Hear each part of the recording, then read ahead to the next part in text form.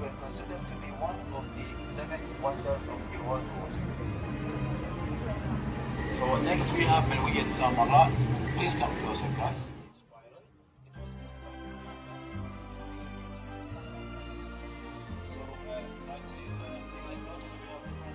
Of the screens.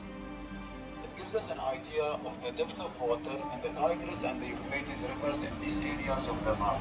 So when we came forever engraved in our hearts and remember our history. It was designed by Ismail Fattah al-Turk, and the idea behind it is that in between the domes you have something emerging from the ground. It represents the souls of the martyrs penetrating the ground, shrouded in the Iraqi flag and splitting the dome into 2 halves, continuing their journey into the heavens. If you guys go and visit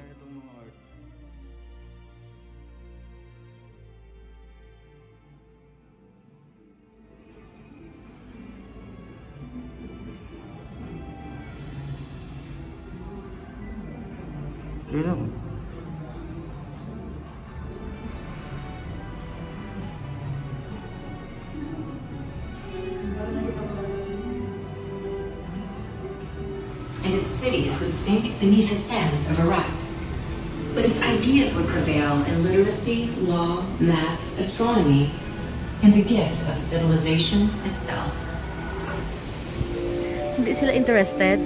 The story of writing, Tayo lang ang astronomy, interesado makinig ng and law. history. The story of civilization itself begins in one Maganda kaya ang place. history nila. Not Egypt, not Greece, not Rome, but Mesopotamia. Kunin mo yung buo, ha? Mesopotamia is an exceedingly fertile plain situated between the Tigris and the Euphrates rivers. For 5 millennia, this small strip of land situated in what is today Iraq, Kuwait, and Syria fostered innovations that would change the world forever. Inhabited for nearly 12,000 years, Mesopotamia's stable climate, rich soil, and steady supply of fresh water made it ideal for agriculture to develop and thrive. About 6,000 years ago, seemingly overnight, some of these agricultural settlements blossomed into some of the world's first cities. In the period between 4000 and 3100 BC, Mesopotamia was dotted with a constellation of competing city-states. At one point, they were unified under the Akkadian Empire, and then broke apart, forming the empires of Assyria and Babylon. Despite near constant warfare, innovation and development thrived in ancient Mesopotamia. They built on a monumental scale, from palaces to ziggurats. Mammoth temples served as ritual locations to commune with the gods.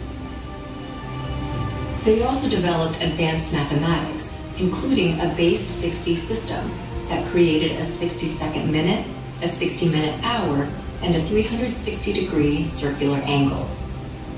The Babylonians used their sophisticated system of mathematics to map and study the sky. They divided one Earth year into 12 periods.